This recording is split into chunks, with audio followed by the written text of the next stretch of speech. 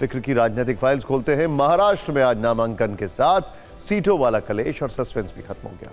नामांकन खत्म होने के बाद यह पिक्चर साफ हो पाई है कि कौन सी पार्टी कितनी सीटों पर चुनाव लड़ रही है। ऐसा शायद महाराष्ट्र के चुनावी इतिहास में पहली बार हुआ होगा। खैर, नामांकन खत्म होने के बाद लेटेस्ट अपडेट यह है कि महायुति में बीजेपी सबसे ज्यादा 152 सीटों पर चुनाव लड़ रही है। अपने खाते से उसने 4 सीटें अपने सहयोगी को दे दी। एकनाथ शिंदे की शिवसेना 85 सीटों पर उम्मीदवार उतार रही है, जबकि अजीत पवार गुट के 52 प्रत्याशी मैदान में। यह आंकड़ा 289 सीटों का बन जाता है, 289। आप सोच रहे होंगे कि विधानसभा में तो कुल 288 288 है सीटें, तो फिर एक सीट ज्यादा कैसे हो गई? दरअसल अजीत पवार की पार्टी से लड़ रहे नवाब मलिक ने नामांकन के 2 फॉर्म भर दिए, इसीलिए यह आंकड़ा एक ज्यादा है। कुछ ऐसा ही हाल महाविकास अघाड़ी का भी है। महाविकास अघाड़ी में सबसे ज्यादा 102 सीटों पर कांग्रेस ने अपने उम्मीदवार उतारे।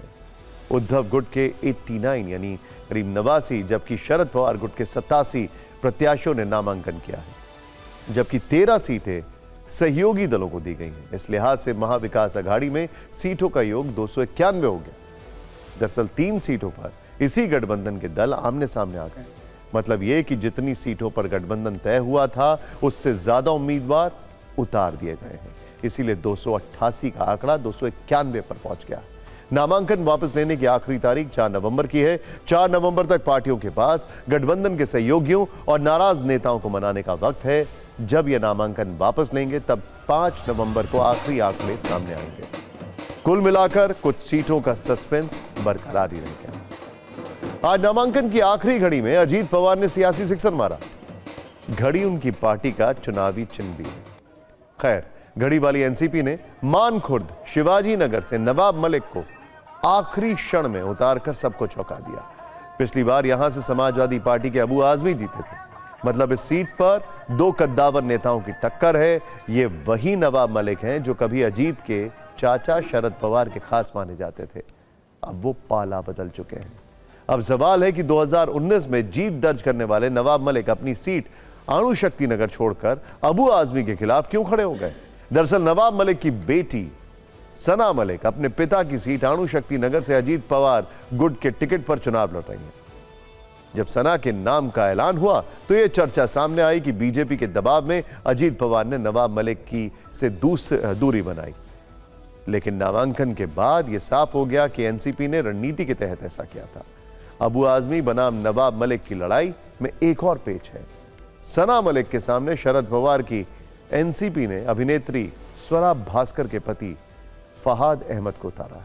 फहाद अहमद समाजवादी पार्टी के नेता हैं जो अबू आजमी के करीबी। मतलब समाजवादी पार्टी के नेता शरद पवार की पार्टी के टिकट पर नवाब मलिक की बेटी के खिलाफ खड़े हैं। तो अब समाजवादी पार्टी के अबू आजमी के खिलाफ सना के पिता नवाब मलिक खुद मैदान में आ गए। अब सवाल है कि क्या वो अपनी बेटी का बदला लेने के लिए अबू आजमी के सामने उतरे हैं? इसका जवाब तो वही दे सकते हैं, लेकिन इतना तय है कि महाराष्ट्र में मुस्लिम समुदाय के 2 बड़े नेताओं की सियासी लड़ाई खुलकर हो रही है। कहने वाले तो ये भी कह रहे हैं कि नवाब मलिक की बेटी के खिलाफ अबू आजमी ने ही अपनी पार्टी के फहाद अहमद को शरद गुट से टिकट दिलवाया, जिससे नवाब मलिक नाराज हो गए। वैसे अजीत पवार की इस चाल ने बीजेपी को भी असहज कर दिया है। पार्टी ने साफ कर दिया है कि वो उनके लिए प्रचार नहीं करेगी। पार्टी मेरे साथ खड़ी रही। अजीत पवार संकट के समय मेरे परिवार के साथ मेरे साथ खड़े रहे। मेरा कर्तव्य है कि मैं अजीत पवार के साथ खड़ा रहूं। महाविकास अघाड़ी के हम एक घटक हैं और हमारे महाविकास अघाड़ी चालू रहेगी। जिस तरह से कई लोग एक फ्रेंडली फाइट कर रहे हैं, यानी प्रेम भी रहे और लड़ाई भी रहे, ऐसी हम भी निभाएंगे। नवाब मलिक यांच्या उमेदवारीबद्दल भारतीय जनता पक्षाची भूमिका हीच आहे की भारतीय जनता पक्ष नवाब मलिक यांचा प्रचार करणार नाही। महाराष्ट्र में सत्ता परिवर्तन बिल्कुल तय है। ये तो जनता ने इनको, जैसे जनता को इन लोगों ने मारा था, जनता ने इनको सत्ता से बाहर निकालने का मानस बना लिया है।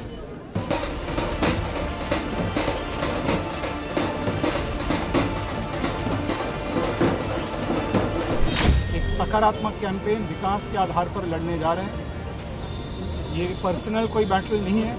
हमारा उद्देश्य किसी को हराना नहीं, हमारा उद्देश्य है कि वर्लीकरों को, मुंबईकरों को और महाराष्ट्र में आम लोगों को जिताना।